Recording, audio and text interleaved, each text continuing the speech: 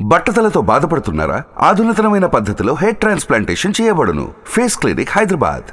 నాకు చిరంజీవి గారు అంటే ఒక రకమైన ప్రేమ. ఓ స్టార్లా కాదు, ఒక ఫాదర్లీ ప్రేమ ఉంటుంది చిరంజీవి గారి తరపున. మా నాన్నతో కూర్చొని నేను చాలా మాట్లాడుకుంటా, చాలా క్వశ్చన్లు అడుగుతా. చిరంజీవి గారిని 2-3 సార్లు కలిశాను. నా సినిమాలను సపోర్ట్ చేయడానికి, నన్ను సపోర్ట్ చేయడానికి ఎన్నోసార్లు వచ్చారు.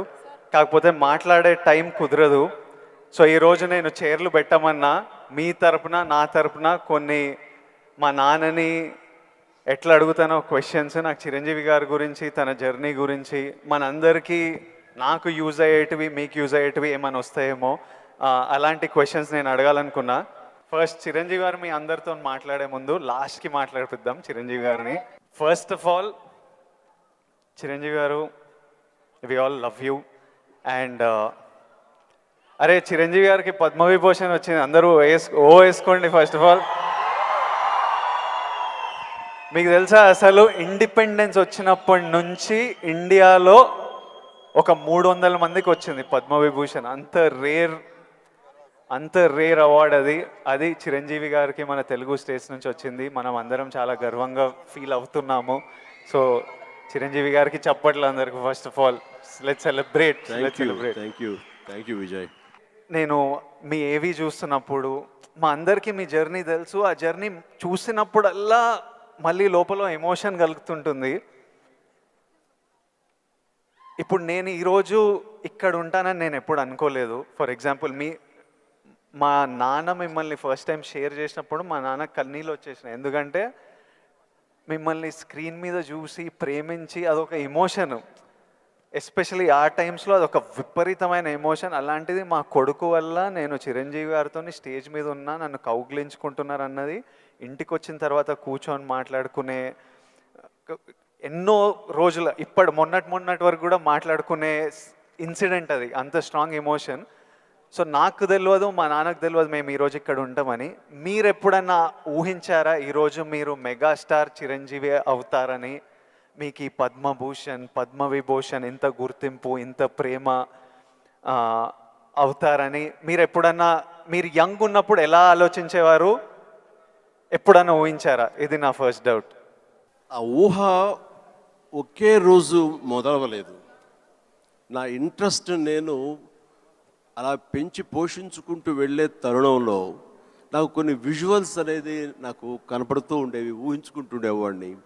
దానికి కారణం బహుశా నాకు చిన్నప్పుడు ఏర్పడిన చిన్న తారసపడినటువంటి చిన్న ఇన్సిడెంట్స్. నేను 10th క్లాస్లోను, డిగ్రీల్లోనూ డ్రామాలు వేసినప్పుడు, కాలేజీ బెస్ట్ యాక్టర్ వచ్చినప్పుడు, స్కూల్ బెస్ట్ యాక్టర్ వచ్చినప్పుడు నేను నడుచుకుంటూ వెళ్తుంటే అందరూ ఇతనే ఆ సినిమాలో ఆ కథలు అవి ఆ నాటికలో చేసింది అది అని అందరూ పొగుడుతుంటే మొత్తం చాలా గర్వంగా ఉండేది. అది రుచి మరిగే నేను ఆ రకంగా నా మైండ్ సెట్ లేదా ఒక బీజం లాంటిది నాకు ఆ క్షణానే పడింది అనుకుంటాను నేను నటుడు అవ్వాలని. ఒక నటుడైతే ఇంతమంది అటెన్షన్ ఉంటుందా? మన కాలేజీ ఫస్ట్ వచ్చినా సరే ఇంతమంది మన ఇంకా చూడరే, అలాంటిది నటుడు అయితే, సెలబ్రిటీ అయితే ఇంత ఇదిగా ఉంటుందా అన్నది అక్కడి నుంచి దాన్ని నర్చర్ చేసుకుంటూ పెంచి పోషించుకుంటూ అలా వచ్చిన అవకాశాలను సద్వినియోగం చేసుకుంటూ ఆల్వేస్ నా దృష్టి ఏంటంటే నేను ఎదురు నడుచుకుంటూ వెళ్తుంటే కొన్ని 100 మంది 1000 మంది నన్ను చూస్తారు, చూడాలి అంటూ అలా day after day, year after year పెరుగుతూ వచ్చినమాట వాస్తవం. సినిమాల్లోనే రాణించాలి, సినిమాల్లోనే ఉండాలి అంటూ నా ఇష్టదైవమైన ఆ ఆంజనేయ స్వామిని నేను స్మరించుకుంటూ, ఆయనతో సంభాషించుకుంటూ, ఆయనతో బేరసారాలు ఆడుతూ, నువ్వు నన్ను ఆ పొజిషన్ తీసుకెళ్తే నేను నీ కోసం ఈ త్యాగాలు చేస్తాను, నీ కోసం ఇంత క్రమశిక్షణతో ఉంటాను, నన్ను ఆ పొజిషన్ తీసుకువెళ్ళు అంటూ నిరంతరం ఆయనతో ఇంటరాక్ట్ అవుతూనే వచ్చేవాడిని. దేవుడు అనేవాడు ఉన్నాడా లేడా అనే దాని గురించి కానీ, దేవుని నమ్మకం అనేది పక్కన పెడితే, దేవుడు అనేది నథింగ్ బట్ ఈ ప్రకృతి. దేవుడు is nothing but our inner consciousness, అంతరాత్మగా నువ్వు ఏదైతే ఫీడ్ చేస్తావో, ఏదైతే సో చేసుకుంటూ నర్చర్ చేస్తూ నీళ్లు పోసుకుంటూ పెంచి పోషించుకుంటావో, one day you have to attain that, you have to reach that goal. అదే ఈరోజు జరిగింది. ఇప్పుడు మీరు కాబట్టి నీకు షార్ట్ ఆన్సర్, ఎస్, ఊహించారు, ఈ పొజిషన్ రావాలని ఊహించారు, అందుకే వచ్చారు. మీరు ఓకే స్కూల్లో నటించారు, ఆ ప్రేమ మీకు నచ్చింది, ఈ పొజిషన్ సినిమా మీకు ప్రేమ, సినిమాలో ఈ పొజిషన్కి రావాలనుకున్నారు, ఊహించారు. కానీ ఫస్ట్ టైం ఆ డెసిషన్ మీరు తీసుకొని మీ అమ్మా నాన్న వాళ్ళతోనూ చెప్పింటారు కదా, ఇప్పుడు ఊరు నుంచి సిటీకి రావాలి, నా కెరియర్ ఇదనుకుంటున్నాను అన్నప్పుడు మీ ఫ్యామిలీ వాళ్ళు ఎలా రియాక్ట్ అయ్యారు దానికి? నా అదృష్టం కొద్దీ మా నాన్నగారికి కూడా చిన్న సినిమా పిచ్చి ఉంది. అందుకని ఆయన అందులో రాణించలేకపోయారు. కానీ కొడుకు వెళ్తానంటే ఆయనకి ఇష్టమే. కానీ ఏమో అక్కడ పరిస్థితులు ఎలా ఉంటాయో, ప్రతికూల పరిస్థితులు ఏముంటాయో, తను రాణించగలడా లేదా అన్నది నాకున్నంత నమ్మకం నాన్నగారికి లేక సంశయించారు. లేదు నాన్న, నేను ఖచ్చితంగా వెళతాను, అది ఇది నువ్వు జస్ట్ పంపించు అని అంటే, సరే నాన్న అయితే వెళ్ళు, ఇన్స్టిట్యూట్ చేరతానన్నావు కాబట్టి, టెక్నికల్గా నేను నేర్చుకుని వస్తున్నావు అంటున్నావు కాబట్టి I will appreciate and welcome it. But only thing is, ఒకవేళ రాణించలేకపోతే ICAW చేరు, నైట్ కాలేజెస్, అదేనా టైం వేస్ట్ లేకుండా ఉంటుందంటే ఆయన కోసం చేరేది తప్ప నేను అందులో డౌట్ ఉండి అటు కాకపోతే ఇటు అనే డౌట్ నాకు లేదు. అందుకని ఆయన కోసం చేరాను. 6 నెలల్లో ICAW ఆపేశాను. ఇదే కంటిన్యూ చేసి వచ్చాను ఫిల్మ్ ఇన్స్టిట్యూట్లో ఉండగానే మొదటి సినిమా, ఆ తర్వాత రెండో సినిమా, ఆ సినిమా ఫినిష్ అవ్వకుండా మూడో సినిమా, అట్లా వరుసగా వచ్చినాయి విజయాలు. ఐ కెన్ సే నాకు భగవంతుడు ఆఫీసులకి ఫోటోలు తీసుకెళ్ళి, సార్ ఇది నా ఫోటో సార్, నేను యాక్ట్ చేస్తాను సార్ అని చెప్పే ఒక పరిస్థితి నాకు కల్పించలేదు. అది చాలా గర్వంగా ఫీల్ అవుతాను. ఆ భగవంతుడు, ఆ ఆల్మైటీ నాకు ఇచ్చేటువంటి ఒక ప్రైడ్గా ఫీల్ అవుతాను. నేను ఎవ్వరికి ఎక్కడికి ఏ ఆఫీస్కి వెళ్ళలేదు. నేను ఆ ఫస్ట్ సినిమా మీకు ఎట్లా వచ్చింది సార్? నేను ఇన్స్టిట్యూట్ చేరుతున్నాను 78 మేకి నా ఫిల్మ్ ఇన్స్టిట్యూట్ కోర్స్ అయిపోతుంది 1978కి.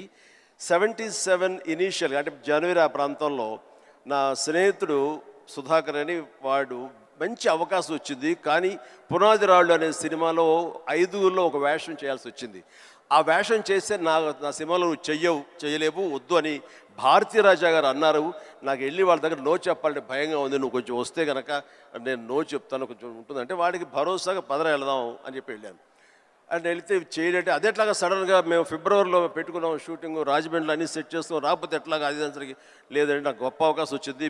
కిళకే పోగు రైలు, తూర్పుకు వెళ్ళే రైలు అని ఆ సినిమా తమిళ్లో. అండ్ దానికి సరే ఏమైతే చేయడండి మావాడు, అనవసరం వాడు కెరీర్ పాడు చేయకండి, పదరా అని వచ్చాను. ఆగు ఒక నిమిషం, నువ్వు చేస్తావా అని. నేనా, నా ఫిల్మ్ ఇన్స్టిట్యూట్ మేక్ అవుతుంది, అప్పుడుగా నేను చేయకూడదు, ఇట్స్ కమిట్మెంట్ అని మ్యాండేట్ అన్నాను. ఆ తర్వాత 2 రోజు వచ్చి నా ఇంటి ముందు కూర్చున్నారు వాళ్ళు. కాదు ఎవరు లేరు, నువ్వు చూస్తుంటే కొంచెం బాగున్నావు చెయ్యి అని చెప్పేసి. సరే మాకు కాలేజ్ ఇన్స్టిట్యూట్లో మాకు ఈ స్క్రీన్ టెస్ట్ల కోసంగా ఒక రోజు వెచ్చిస్తాం. సో మనం ఇది అవకాశం ఎందుకు తీసుకోకూడదనే ఉద్దేశంతో నేను సరే వస్తాను అన్నాను. అది ఫిబ్రవరి మంత్. ఫస్ట్ టైం రాజమండ్రిలో నా పేరు మార్చుకుని కెమెరా ముందు నిలబడింది ఆ సినిమా 74. ఆ సినిమా పూర్తి అవ్వలేదు, ఆ షూటింగ్ జరుగుతుండగానే అందులో నా యాక్టింగ్ చూసి కానీ, నా ఎంతూజాజం చూసి కానీ, అందులో ఉండే అసోసియేటు ప్రాణం ఖరీదు అనే సినిమా కూడా అసోసియేట్ అతను చెప్పాడు క్రాంతి కుమార్కి, సార్ ఇట్లా సినిమా చేస్తున్నాము, చూడండి మన క్యారెక్టర్ అంటే.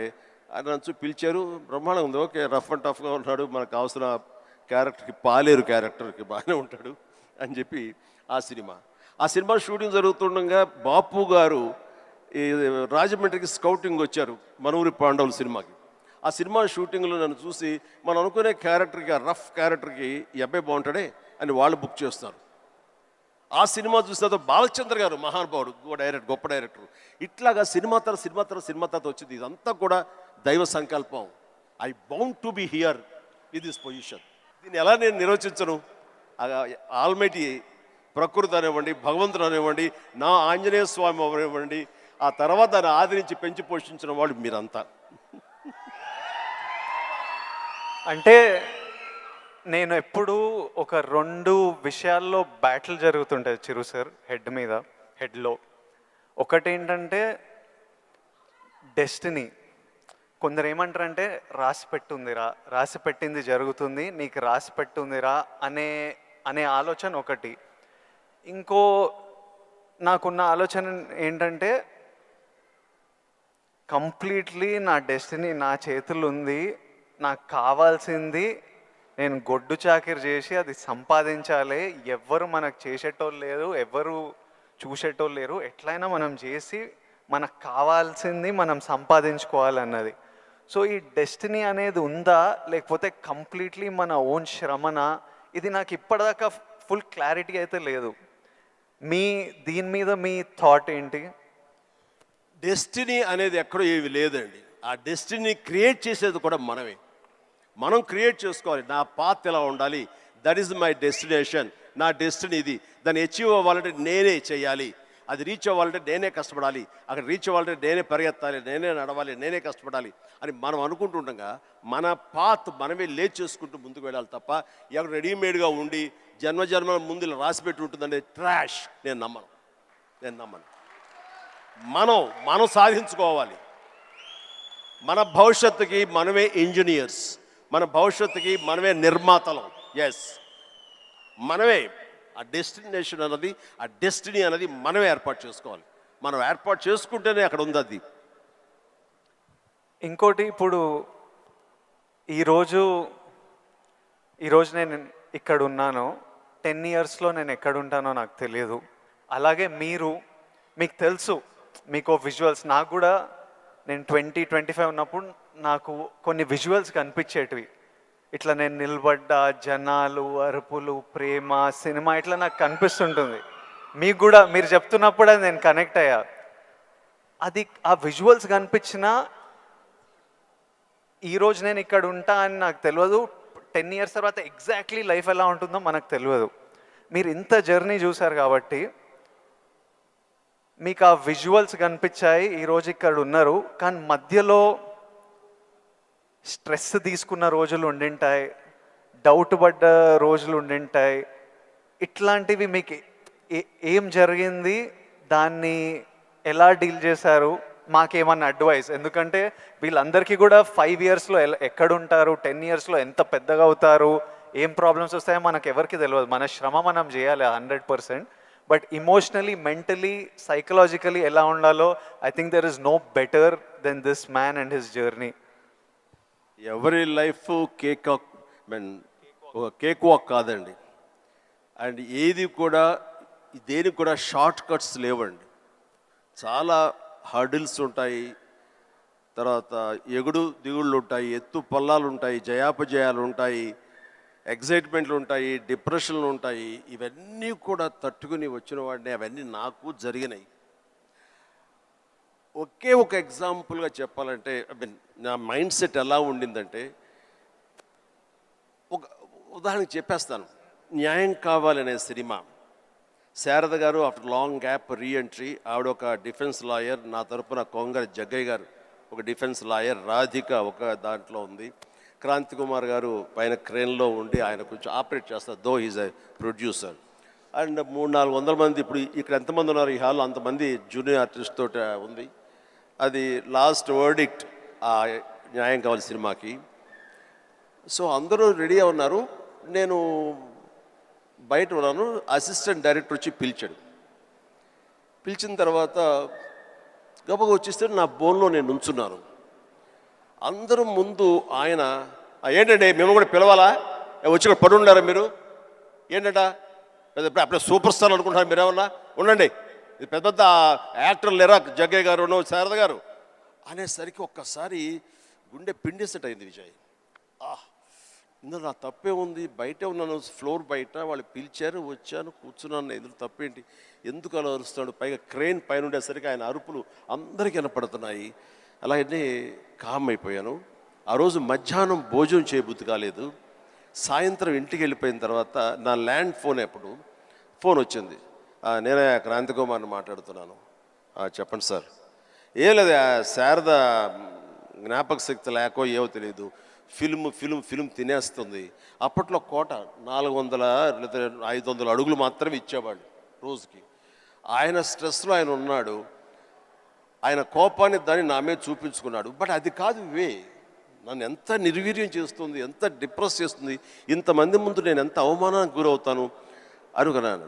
కానీ ఆయన అన్న మాటలు, అవమానం అన్నీ పక్కన పెట్టి ఒక్క మాట మాత్రం నా మైండ్లో ఉండిపోయింది. అప్పుడు మీరు సూపర్ స్టార్ అనుకుంటున్నారా అని. ఎస్, అయి చూపిస్తా. ఆ ఒక్క ముక్క మాత్రం నా మైండ్లో నా మదిలో ఉండిపోయింది. కసి పెరిగింది. ఈ అవమానాన్ని దాన్ని ఆయన మీద రెవెంజ్ తీర్చుకునే కంటే కూడాను దాన్ని నేను ఎదుగుదలకు నా స్టెప్స్గా నేను వాడుకున్నాను. ఇది వాస్తవం విజయ్. ఇలాంటివి చాలా జరిగినాయి. నా అవమానాలను కూడా నాకు అనుకూలంగా మార్చుకున్నాను. అందుకని నా ఎవరి మీద ద్వేషం లేదు. ఎవరు ఏమన్నా సరే, ఏ చవాకులు పేలినా సరే ఇలా కూర్చొని నవ్వుకుంటూ ఉంటాను. సార్, ఎందుకంటే ఎంత హార్డ్వేర్ వచ్చాడు నాకు మాత్రమే తెలుసు. అంత హార్డ్వేర్ వచ్చాడు నాకు ఇవన్నీ తట్టుకో నా దాకా రాదు. That's it. ఇప్పుడు మీరు కూర్చొని మీ రీల్ పడుతుంటే ఇంద్రాలో మీరు చూసింటారు, చూడాలనిలో మిమ్మల్ని మీరు చూసినప్పుడు మీకు ఏమనిపిస్తుంటుంది సార్? ఇప్పుడు ఇంద్రాలో షోరీల్లో మీరు చేసిన ఇప్పుడు 25 years నుంచి లాస్ట్ 25-30 yearsలో మీ సినిమాలన్నీ డిఫరెంట్ ఏజ్ గ్రూప్లో మీ మెంటాలిటీ డిఫరెంట్గా ఉండింటుంది. అప్పుడు మీ ఇమోషన్స్, మీ స్ట్రగుల్స్ డిఫరెంట్గా ఉండింటాయి. మీ టెన్షన్లు ఏదో సినిమాకి ఇప్పుడు నాకు ఈరోజు ఫ్యామిలీ స్టార్ రిలీజ్ అవుతుంది. నా షోరీలు ఎప్పుడైనా వేసినప్పుడు నాకు ఎవడే సుబ్రహ్మణ్యంది పడుతుంటే ఆర్ పెళ్లి చూపులది పడుతుంటే నాకు సడన్గా ఆ రోజు నేను ఎంత భయపడుతున్నా నాకు గుర్తొస్తుంటుంది. అంత భయపడాల్సిన అవసరం లేకుండానే అని ఇప్పుడు అనిపిస్తుంది. కానీ ఆ రోజు ఎవరైనా వచ్చి చూస్తారా సినిమా, మన ఫ్యూచర్ ఏంటి, ఆ ఫస్ట్ సినిమాలు ఉంటాయి కదా. కొన్ని సినిమాలు చూసినప్పుడు అర్జున్ రెడ్డి అప్పుడు చూసినప్పుడు అప్పుడు ఎంత ర్యాష్గా ఉండేవాడిని, యంగ్ ఉండేవాడిని, మన జుట్టు వేరేలా ఉంటుంది, మన బాడీ వేరేలా ఉంటుంది, మన ఫీచర్స్ వేరేలా ఉంటాయి. మమ్మల్ని మనం చూసుకున్నప్పుడే ఒకలాగా విచిత్రంగా అనిపిస్తుంటుంది, ఇమోషన్స్ వస్తుంటాయి. అలాంటిది మీరు ఇవన్నీ iconic films, for example Indra అయితే మేమంతా అసలు mad about Indra. Most of your films మీకేమనిపిస్తుంటుంది మీరు చూసినప్పుడు? నాకు పెద్ద తేడా ఏం లేదు. ఇప్పుడు మ్యూజిక్ వేసి వేడం బిట్ ఏమంటే వేస్తాను. ఇప్పుడు అప్పట్లో అలా వేశారు. ఇప్పుడు చూస్తుంటే అప్పట్లో ఆ రెండు నాకు ఇష్టం లేని పదాలు. ఎందుకంటే అప్పట్లో అన్నావంటే ఇప్పట్లో నువ్వేమి లేనట్టే అని నాకు అస్సలు అస్సలు కాదు. ఇప్పుడు ఇంకెక్కడో ఉన్నారు. అప్పట్లో కదా అని అనుకోను నేను ఇప్పుడేం డెలివరీ చేయగలను, ఇప్పుడేం ఇవ్వగలను అనేది నా ఆలోచన.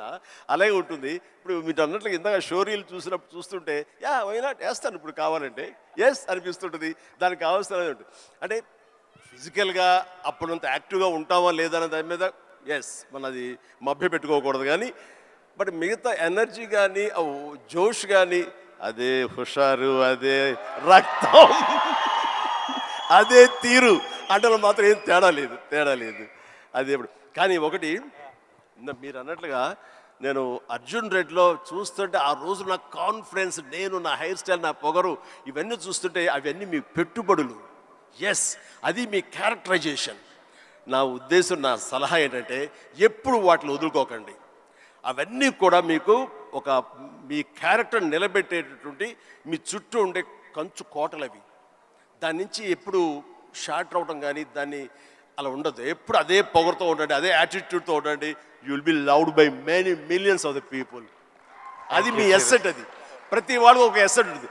నేను తల్లగా అరే ఏమో దొబ్బుతున్నారు ఏంట్రా బాబు అన్నానుకో, ఆ డైలాగ్ నాకు అతకదు, నీకు అతుకుతుంది, నేను లైక్ చేస్తాను అట్లా. అందుకని మన దగ్గర ఏవే ప్లస్ పాయింట్స్ ఉంటాయో వాటిల్లోనే మనం ఓన్ చేసుకోవాలి, వాటితోనే మనం ఇంటరాక్ట్ అవ్వాలి, వాటితోనే మనం అట్రాక్ట్ చేసుకోగలగాలి. అందుకనే అవి మీ అసెట్స్ ఏమున్నాయో అవి ముందు గుర్తించాలి.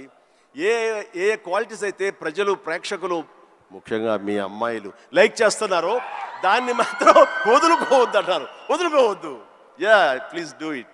Thank you sir. ఇంకొకటి మన ఇన్ఫ్లుయెన్సర్స్ తరపున ఇప్పుడు మనం రిలీజ్కి ఎట్లా స్ట్రెస్, మొన్న చాలామందితో మాట్లాడుతుండే, మనం రిలీజ్కి ఎట్లా ఫీల్ అవుతామో, సినిమా మంచిగా ఆడాలి, మంచిగా ఆడకపోతే మనకు ఎనర్జీ పోతుంది కొన్ని రోజులు.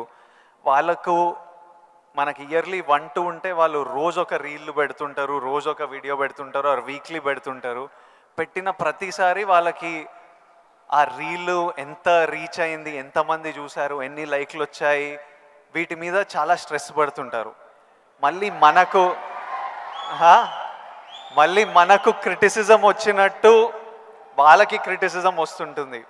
సో నన్ను అడుగుతున్నారు, మీరు ఎలా డీల్ చేస్తారు ఈ క్రిటిసిజంతో? మనకు సినిమా నడవనప్పుడు ఇష్టం వచ్చినట్టు అందరు మాట్లాడుతుంటారు, అది పార్ట్ ఆఫ్ లైఫ్. వాళ్ళకి ఇంకా మీరు వచ్చినప్పుడు ఇది ఇంకోటి, మీరు వచ్చినప్పుడు ఇట్లా సోషల్ మీడియా ఇలాంటివి లేవు.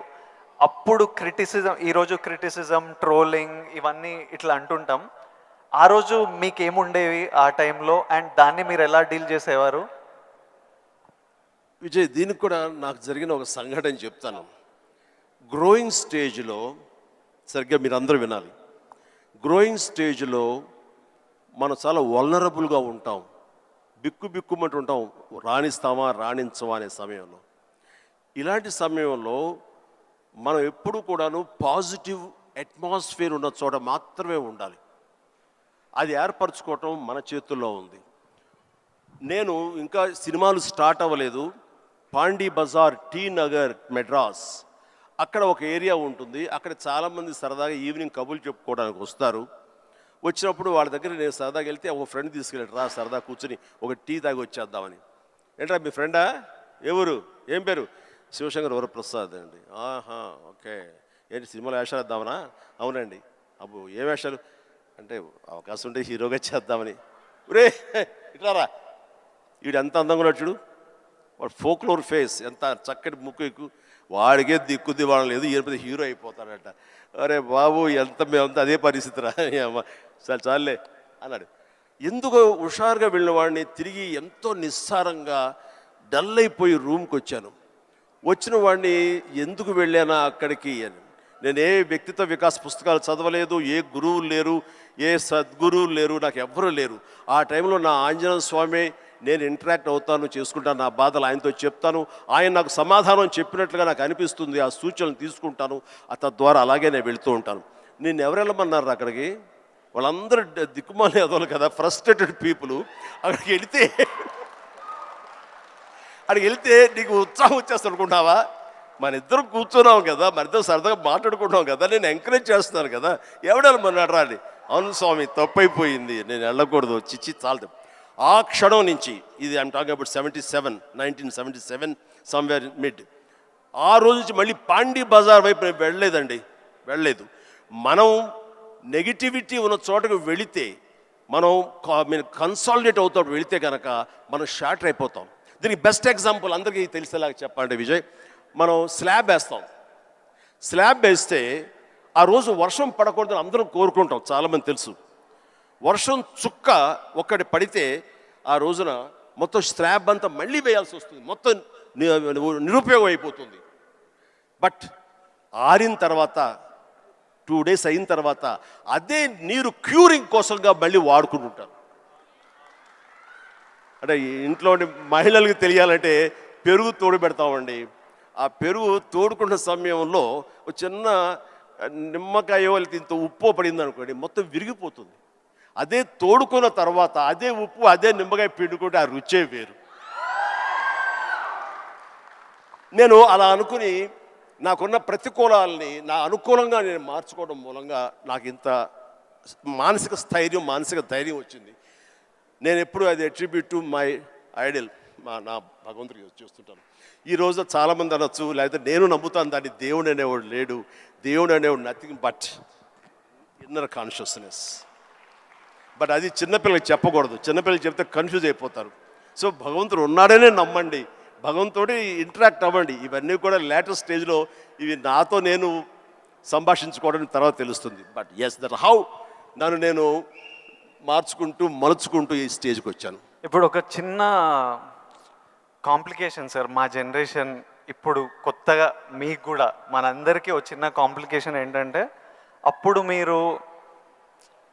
వీళ్ళు ఫ్రస్ట్రేటెడ్ వాళ్ళు పాండీ బజార్లో కూర్చున్నారు, అక్కడ వెళ్ళొద్దు, నెగిటివిటీ నుంచి దూరంగా ఉండాలి, మనం ఎందుకు అక్కడ వెళ్ళాలని దూరంగా ఉండి మీ పని మీద మీరు ఫోకస్ చేశారు.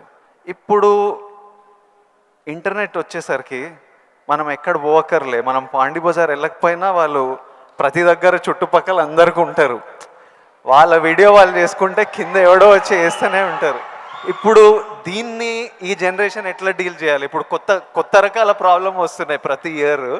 సో దీన్ని మాలాంటి వాళ్ళు ఈ జనరేషన్ వాళ్ళు ఎలా డీల్ చేయాలో ఎనీ ఇన్పుట్స్?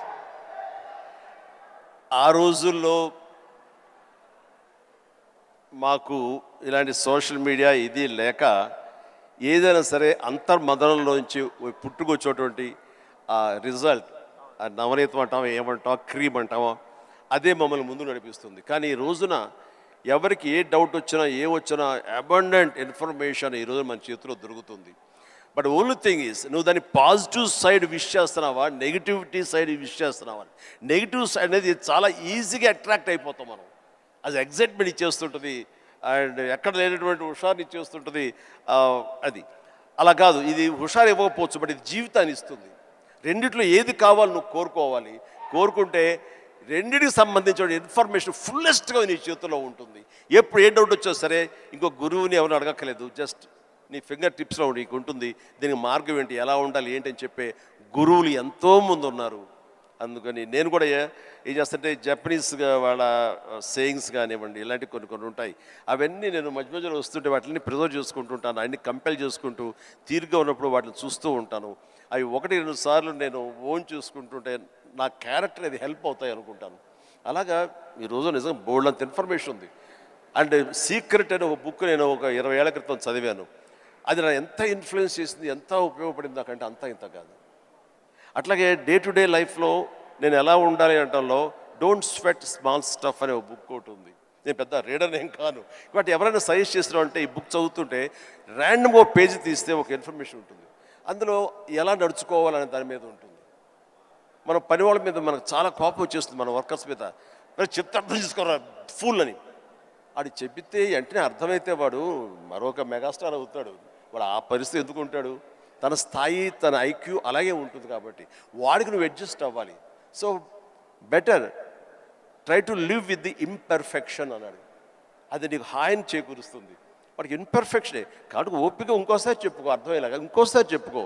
అంతేగాని అది మన మనసులో అనుకున్నామో లేదో, మన నోటు దాటిందో లేదో బ్రహ్మాండంగా అర్థం చేసుకోవడానికి వాడేమి నీ లెవెల్ ఆఫ్ ఐక్యూ కాదు కాబట్టి నీ దగ్గర పనిచేస్తున్నాడు. సో అట్లాగా ప్రతి నా రొటీన్ లైఫ్లో నన్ను నేను చక్కగా నా జీవితం తీర్చిదిద్దుకోవడానికి ఈరోజు మీరన్న ఈ ఇన్ఫర్మేషన్ సోషల్ మీడియా నాకు ఉపయోగపడుతుంది. అండ్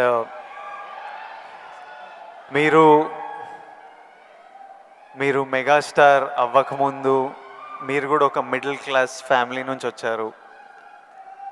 వీళ్ళంతా మీరు ఈ సక్సెస్ చూసే ముందు all of you have come from struggling families, wanting to change your life, wanting big dreams.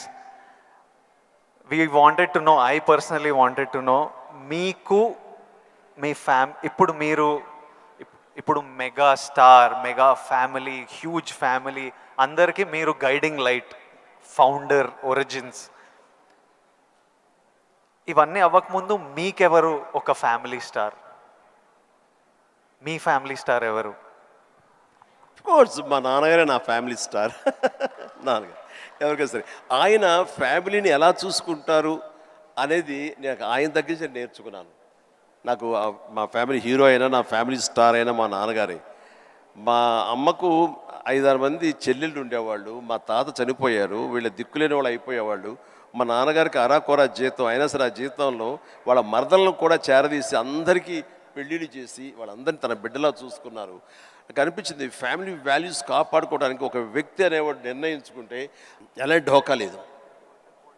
అందుకనే నేను కూడా ఫ్యామిలీస్కి ఎంత విలువిస్తాను అనేది నేను సురేఖ కలిపి ఫ్యామిలీ ఎంత ఎదిగినా, ఎవరి ఫీల్డ్లో వాళ్ళ ఎంత హైట్స్కి వెళ్ళినా ఒక్కొక్క అకేషన్లో మనందరం కలిసిగా మనం ఉండాలి. ఆ 3-4 డేస్ మనం కలిసి ఉండటం మూలంగా మళ్ళీ ఉండే ఇన్హిబిషన్స్, భేషజాలు, చిన్న అరాకొర ఉండేటువంటి మిస్అండర్స్టాండింగ్స్ ఇవన్నీ కూడా సమసిపోయి మనం ఎంతో మళ్ళీ మన బాండింగ్ చాలా స్ట్రాంగ్గా ఉంటుంది.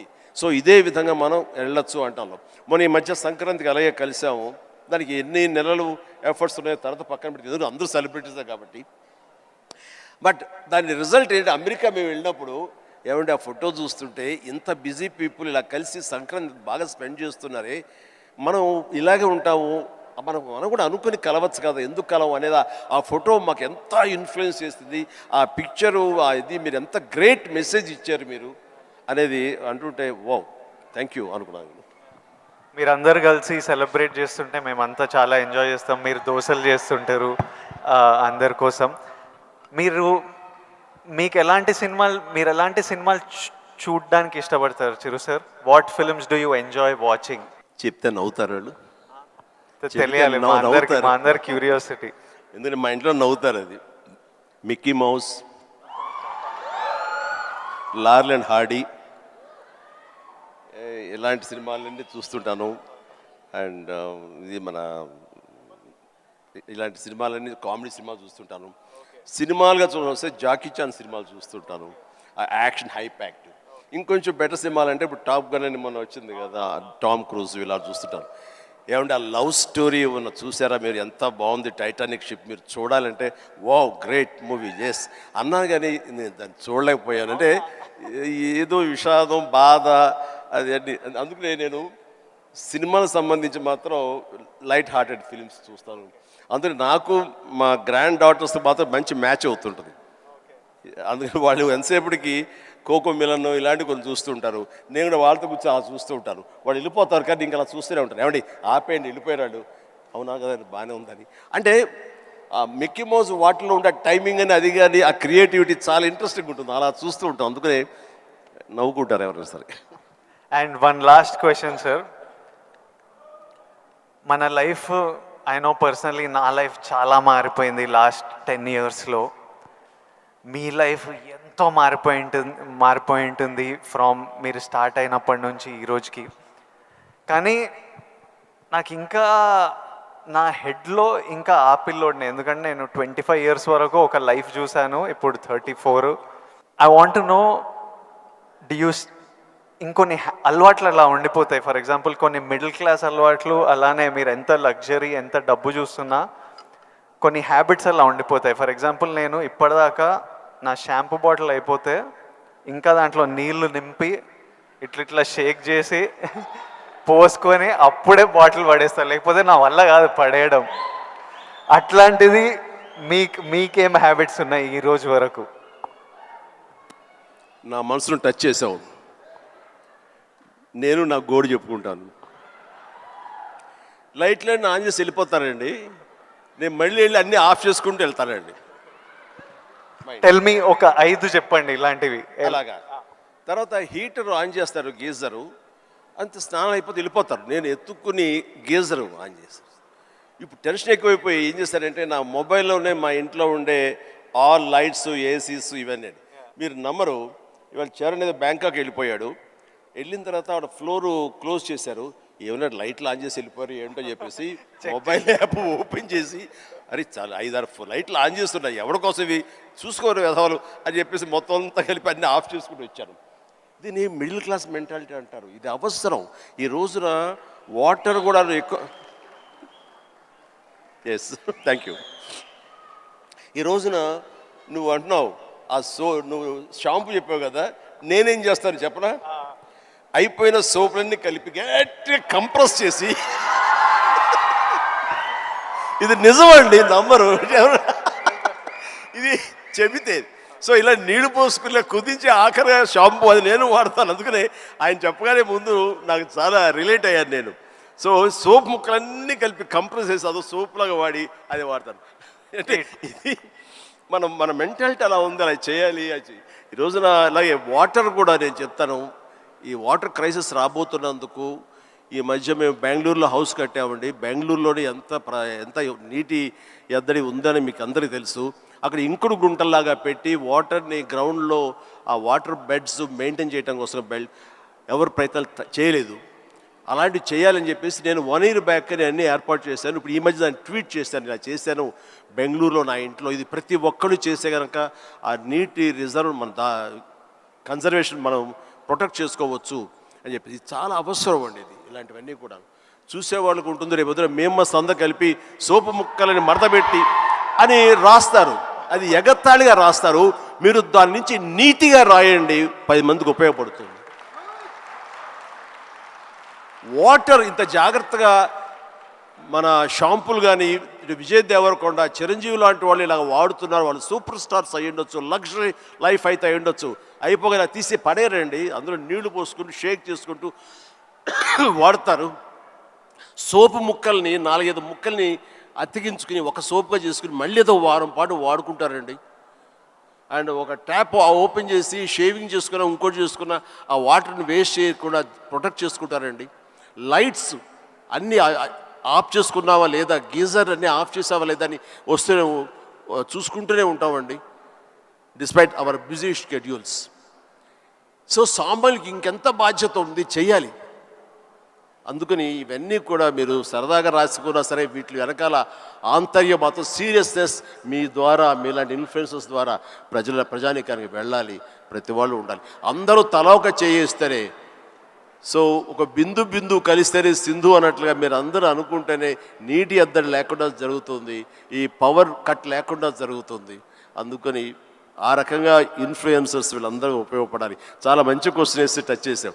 నాకు ఒక్క డౌట్ వస్తుంది విజయ్, రేపు మీ సినిమా రిలీజ్ కదా, ఆ సినిమా గురించి కదా మాలాంటి వాళ్ళు అడిగితే మీరు చక్కగా చెప్తే వాళ్ళకి క్యూరియాసిటీ ఉంటుంది. నా గురించి, నా గతం గురించి ఎందుకు చెప్పు.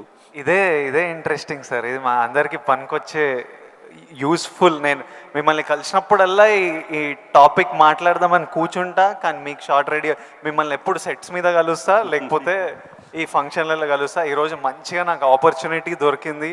అండ్ ఐ నో నాలాంటి వాళ్ళు ఎంతోమంది ఇది వినడానికి వెయిట్ చేస్తుంటారు. ఎందుకంటే మీ జర్నీ మనకి ఇన్స్పిరేషన్ మన చుట్టుపక్కల నుంచే తీసుకోవాలి. నేను యాక్టర్ అవుదామని నేను ఫిక్స్ అయినా, నేను యాక్టర్ అవుతా, నేను యాక్టర్ కాదు చాలా పెద్ద యాక్టర్ అవుతా అని చెప్పేవాడిని. ఒక్క సినిమా లేదు చేతిలో, కానీ ఇట్లాంటి ముచ్చట చెప్పేవాడిని. కానీ ట్రై చేసినప్పుడు నాకు అర్థమైంది ఇది ఈజీ కాదరా, అసలు ఆఫీసులకే ఎంట్రీ ఇస్తలేరు అన్నప్పుడు. సో నేను రోజు ఇంట్లో ఒక 2-3 ఇయర్స్ అట్లా ఇంట్లో కూర్చొని ఇంకా కొంచెం లో అయిపోతుంటే డాడీ అప్పుడు మీ గురించి చెప్పేవారు, అరే చిరంజీవి గారు మీ స్టోరీ చెప్పేవారు, మీరు ఎట్లొచ్చారు, ఎట్లా మీ పర్ఫార్మెన్స్తోని, మీ బిహేవియర్తోని, మీ ఇంటెలిజెన్స్తోని మీ జర్నీ గురించి మాట్లాడి, and he reminded me that you came from nowhere. And నాకు అరే ఇంకొకరు వచ్చి ఈరోజు అప్పటికి మీరు మెగాస్టార్, అరే ఎవరో ఫ్రమ్ నథింగ్ వచ్చి మెగాస్టార్ అయ్యారంటే మనం ఎందుకు కాలేమో, అవ్వచ్చు కదా అని నేను మీ జర్నీ నుంచి అది తీసుకున్నా. సో ఈరోజు ఈ కాన్వర్జేషన్ నుంచి ఎంతోమంది ఎన్నో డీటెయిల్స్ తీసుకుంటారు, ఎవరికో ఎలానో హెల్ప్ అవుతుంది అన్న నమ్మకం, అందుకే ఈ కాన్వర్జేషన్. అండ్ ఫ్యామిలీ స్టార్ గురించి April 5th వస్తుంది. మిగతా కంటెంట్ అంతా మీరు చూసారు, ఇంకా చెప్పే అవసరం లేదు. ఈరోజు బుకింగ్స్ కూడా ఓపెన్ అయిపోయాయి. ఐ నో దట్ చిరంజీవి గారు చూసిన తర్వాత విపరీతంగా ఎంజాయ్ చేస్తారు. చిరంజీవి గారికి గీతా గోవిందం కూడా చాలా ఇష్టం. గీతా గోవిందం చూసి మా సక్సెస్ మీట్కి వచ్చి ఎంతో ఎంజాయ్ చేశారు కాబట్టి మా సక్సెస్ మీట్కి వచ్చి మాతో సెలబ్రేట్ చేశారు. అండ్ ఐ నో ఇది నెక్స్ట్ లెవెల్ ఆఫ్ గీతా గోవిందం ఉంటుంది కాబట్టి చిరంజీవి గారికి హ్యూమర్ ఇష్టం కాబట్టి. ఇంకోటి చెప్పాలి మీకు, నేను సినిమాలు చేస్తుంటే ఎప్పుడు మా టీమ్ ఒకటి ఉంటుంది, నా ఫ్రెండ్స్, నా మేనేజర్, వాళ్ళు ఎప్పుడు విజయ్ నువ్వు ఎప్పుడు ఇట్లా సీరియస్ సినిమాలు చేస్తావు, ఎప్పుడు ఏదో రియలిస్టిక్గా ఉండాలని, ఇట్లా కాదు, మేము యాజ్ ఫ్యాన్స్ మా హీరో అల్లరి చేస్తుంటే స్క్రీన్ మీద ఎంజాయ్ చేస్తాము అని నేను అర్థం చేసుకోకపోయేవాడిని. ఊరికే మీ ఎగ్జాంపుల్ ఇచ్చేవారు, చిరంజీవి గారు స్క్రీన్ మీద అల్లరి చేసి డ్యాన్స్ చేసి అట్లా మమ్మల్ని ఎంటర్టైన్ చేస్తే మేము ఎంత ఎంజాయ్ చేస్తాము అని నాకు గుర్తు చేసి మీ సినిమాలు రిలీజ్ అయినప్పుడల్లా నాకు పంపిస్తారు, ఈ చూడు. ఇప్పటిదాకా మొన్న వాల్టేర్ వీరయ్య అవి కూడా పంపిస్తూ, చూడు చిరంజీవి గారు ఇట్లా చేస్తే మేము థియేటర్లో ఎంత ఎంజాయ్ చేసామని. ఫైనల్గా అల్లరి చేసిన చిరంజీవి గారు ఈ సినిమాలో, and they are all happy, my team. So hopefully you will enjoy the film too. And finally should we surprise Chiranjeevi garu? Should we do the surprise last? దానికన్నా ఒక్క సెకండ్ ముందు we have a few more activities. Actually మీకు నేను ఉన్నానని గుర్తు చేద్దాం అనుకున్నా. So all the very best. ఎందుకంటే నాకు గీతా గోవిందం, పరశురామ్ అండ్ తన దీంట్లో నాకు చాలా ఇష్టం. అందుకని అండ్ మాకు ఒక్కొక్క సినిమా రిలీజ్ అయ్యే ముందు ఎంత ఉంటుందంటే, ఈ రోజుకి ఇన్ని సినిమాలు రిలీజ్ అవుతుంటే ఫస్ట్ సినిమా రిలీజ్ అవుతుంది అంత కంగారుగా, అంత ఇదిగా ఉంటుంది. సో తన హార్ట్ నేను ఇప్పుడు చూడగలను, అది 100-200 కొట్టుకుంటూ ఉంటుంది సినిమా రేపు రిలీజ్ అయ్యి పెద్ద హిట్ అయింది అనేంతవరకు. సో ప్లీజ్ మన కష్టం వృధా కాదు, డెఫినెట్లీ పెద్ద హిట్ అవుతుంది. సుమన్ టీవీలో మీ పర్సనల్ అండ్ బిజినెస్ ప్రమోషన్స్ కోసం కింది నెంబర్కి కాంటాక్ట్ చేయండి.